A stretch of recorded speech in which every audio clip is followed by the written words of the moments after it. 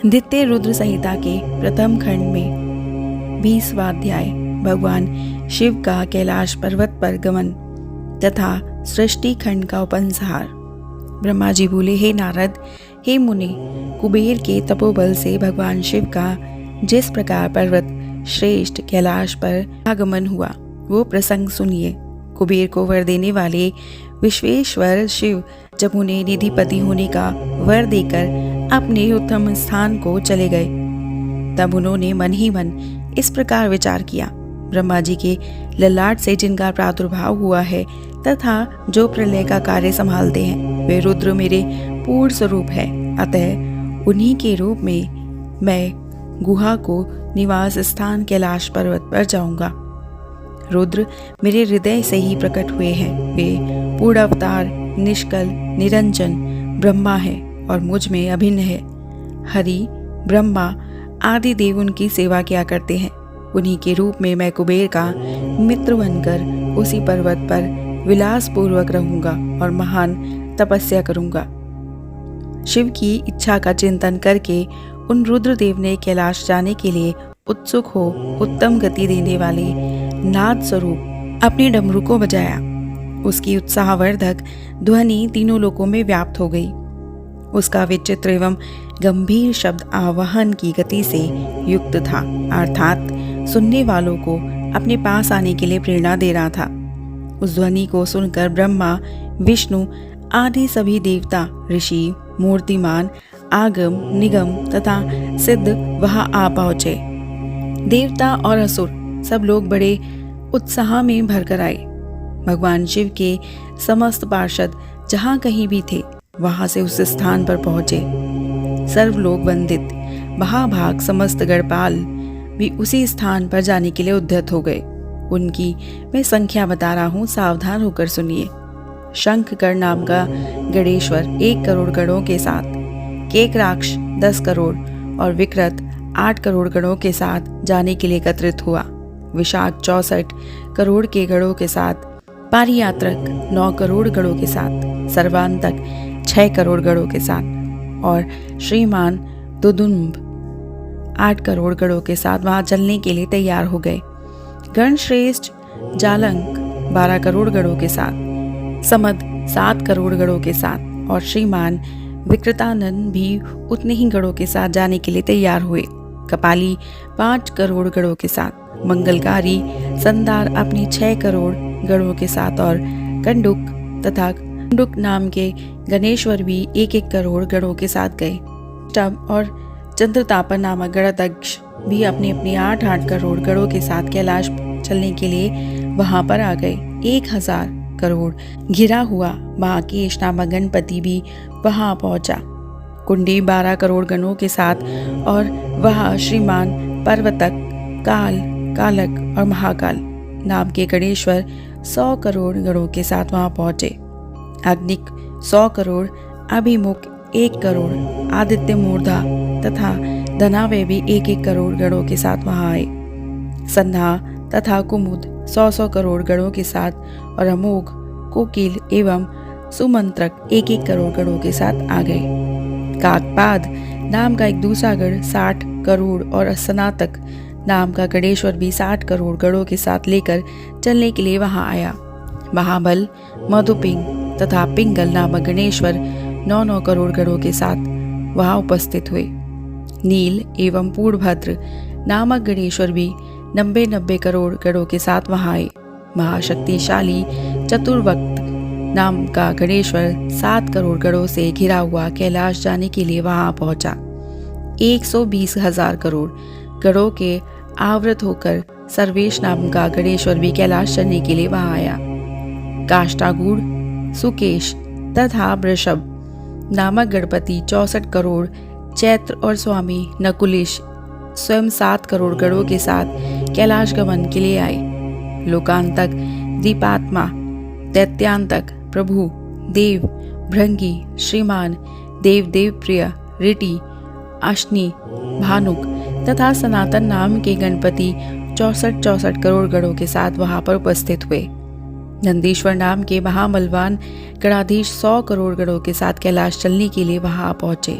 नाधिपों के अतिरिक्त अन्य बहुत से असंख्य शक्तिशाली गणेश्वर वहां कैलाश चलने के लिए आए। वे सब 1000 भुजाओं वाले तथा जटा मुकुट धारण किए हुए थे। सभी गण चंद्रमा के आभूषण से शोभायमान तथा सभी के कंठ नीलवर्ण के थे और वे तीनों तीन नेत्र वाले युक्त थे। सभी हार, कुंडल, केयूर तथा मुकुट आदि आभूषणों से अलंकृत थे। ब्रह्मा, इंद्र और विष्णु के समान अणिमादि अष्ट महासिद्धियों से युक्त करोड़ों सूर्य के समान दैदीप्यमान सभी गणेश्वर वहां पर आ गए। इन गणाध्यक्षों के अतिरिक्त निर्मल प्रभा मंडल से युक्त महान आत्मा वाले तथा भगवान शिव के दर्शन की लालसा से परिपूर्ण अन्य अनेक गणाधिप अत्यंत प्रसन्नता के साथ वहां पर आ पहुंचे। विष्णु आदि प्रमुख समस्त देवता वहां जाकर भगवान शिव को देखकर हाथ जोड़कर नतमस्तक होकर उनकी उत्तम स्तुति करने लगे। इस प्रकार विष्णु आदि देवताओं के साथ परमेश्वर भगवान महेश महात्मा कुबेर के प्रेम से वशीभूत हो कैलाश को चले गए। कुबेर ने भी सपरिवार भक्ति पूर्वक नाना प्रकार के उपहारों से वहां आए हुए भगवान शंभु की सादर पूजा की। तत्पश्चात उसे शिव को संतुष्ट करने के लिए उनका अनुगमन करने वाले विष्णु आदि देवताओं और अनान्य गणेश्वरों का भी विधिवत पूजन किया। इसके बाद उसकी सेवा को देखकर अति प्रसन्नचित भगवान शंभु कुबेर का आलिंगन कर और उसका सर सूंघ कर अलकापुरी के अति निकट ही अपने समस्त अनुगामियों के साथ ठहर गए। तदंतर भगवान शिव ने विश्वकर्मा को अपने तथा दूसरे देवताओं के भक्तों के लिए उस पर्वत पर निवास हेतु यथोचित निर्माण कार्य करने की आज्ञा दी। हे मुने, विश्वकर्मा ने शिव की आज्ञा से वहीं जाकर यथाशीघ्र ही नाना प्रकार की रचना की। उस समय विष्णु की प्रार्थना से शिव प्रसन्न हो उठे और कुबेर पर अनुग्रह करके वे कैलाश पर्वत पर चले गए। शुभ मुहूर्त में अपने निवास स्थान में प्रवेश कर भक्त वत्सल उन परमेश्वर ने अपने प्रेम से सबको सनाथ कर दिया। सभी प्रमुदित विष्णु आदि देवता, मुनिगण और अन्य सिद्धजनों से मिलकर प्रेम पूर्वक सदाशिव का अभिषेक किया। हाथों में नाना प्रकार के उपहार लेकर सब ने क्रमशः उनका पूजन किया और बहुत महोत्सव के साथ सामने खड़े होकर उनकी आरती उतारी। हे मुने, उस समय आकाश से मंगल सूचक पुष्प वृष्टि होने लगी और अत्यंत प्रसन्न होकर गान करती हुई अप्सराएं नाचने लगी। सब ओर जय जयकार और नमस्कार के सुसंस्कृत शब्द गूंजने लगे। उस समय चारों ओर एक महान उत्साह व्याप्त था जो सबके सुखों को बढ़ा रहा था। उस समय सिंहासन पर बैठकर भगवान सदाशिव अत्यंत सुशोभित हो रहे थे और विष्णु आदि सभी लोग बार बार उनकी यथोचित सेवा कर रहे थे। सभी देवताओं ने पृथक पृथक रूप में अर्थ भरी वाणी और अभिष्ट वस्तुओं से लोक मंगलकारी भगवान शंकर का स्तवन वंदन किया। प्रसन्नचित सर्वेश्वर स्वामी सदाशिव ने उनकी स्तुति को सुनकर प्रेम पूर्वक उन्हें मनोवांछित वर दिए। हे मुने, अभिष्ट कामनाओं से परिपूर्ण प्रसन्नचित वे सभी देव, मुनि और सिद्धजन भगवान शिव की आज्ञा से अपने अपने धाम को चले गए। मैं भी विष्णु के साथ प्रसन्नता पूर्वक चलने के लिए उद्यत हुआ। तब विष्णु और मुझको आसन पर बैठाकर परमेश्वर शंभु बड़े प्रेम से बहुत समझाकर अनुग्रह करके कहने लगे। शिव जी बोले, हे हरे, हे विधे, हे तात, सर्वदैव तीनों लोगों का सृजन और संरक्षण करने वाले हे सुरश्रेष्ठ, आप दोनों मुझे अत्यंत प्रिय है। आप दोनों निर्भय होकर मेरी आज्ञा से अपने अपने स्थान को जाएं। मैं सदा आप दोनों को सुख प्रदान करने वाला हूँ और विशेष रूप से आप दोनों के सुख दुखों को देखता रहता हूँ। भगवान सदाशिव के वचन को सुनकर मैं और विष्णु दोनों प्रेम पूर्वक प्रणाम करके प्रसन्नचित होकर उसकी आज्ञा से अपने अपने धाम को लौट आए। उसी समय प्रसन्नचित भगवान शंकर निधिपति कुबेर का भी हाथ पकड़कर उन्हें अपने पास बैठाकर ये शुभ वाक्य कहने लगे। हे मित्र, तुम्हारे प्रेम के वशीभूत होकर मैं तुम्हारा मित्र बन गया हूँ। हे पुण्यात्मन, भय रहित होकर तुम अपने स्थान को जाओ। मैं सदा तुम्हारा सहायक हूँ। भगवान शंभु के इस वचन को सुनकर प्रसन्न चित्त कुबेर उनकी आज्ञा से प्रसन्नता पूर्वक अपने धाम को चले गए। योग परायण, सब प्रकार से स्वच्छंद तथा सदा ध्यान मग्न रहने वाले भगवान शिव अपने गढ़ों के साथ उस पर्वत श्रेष्ठ कैलाश पर्वत पर निवास करने लगे।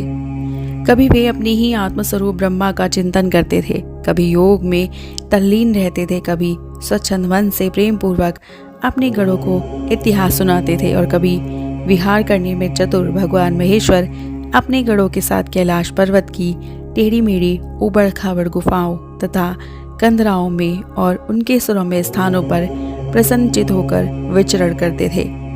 इस प्रकार रुद्र स्वरूप परमेश्वर भगवान शंकर, जो नाना प्रकार के योगियों में भी श्रेष्ठ है, उन्होंने अपने उस पर्वत पर अनेक लीलाएं की। इस प्रकार बिना पत्नी के रहते हुए परमेश्वर सदाशिव ने अपना कुछ समय व्यतीत करके बाद में दक्ष पत्नी से उत्पन्न सती को पत्नी के रूप में प्राप्त किया। तदंतर हे देवेश, वे महेश्वर उन दक्ष पुत्री सती के साथ विहार करने लगे।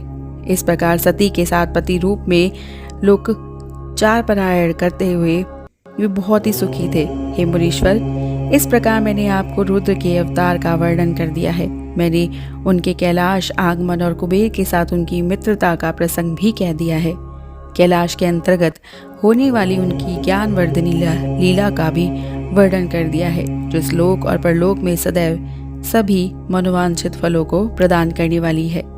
जो एकाग्रचित होकर इस कथा को सम्यक रूप से पढ़ता है अथवा सुनता है, वो इस लोक में सुख भोग कर परलोक में मुक्ति प्राप्त करता है। इस प्रकार श्री शिव महापुराण के अंतर्गत द्वितीय रुद्र संहिता के प्रथम खंड में सृष्टि उपाख्यान के कैलाश उपख्यान में शिव कैलाश गमन नामक 20वां अध्याय पूर्ण हुआ। हमारा अगला शिव पुराण का भाग है द्वितीय रुद्र संहिता द्वितीय सती खंड। सती चरित्र वर्णन, दक्ष यज्ञ विध्वंस का क्षिप्त वृतांत तथा सती का पार्वती रूप में हिमालय के यहाँ जन्म लेना नामक प्रथम अध्याय। और इसे जानने के लिए जुड़े रहेगा हमारे YouTube channel voice of tales के साथ और हमारी वीडियो को लाइक शेयर सब्सक्राइब करना मत भूलिएगा।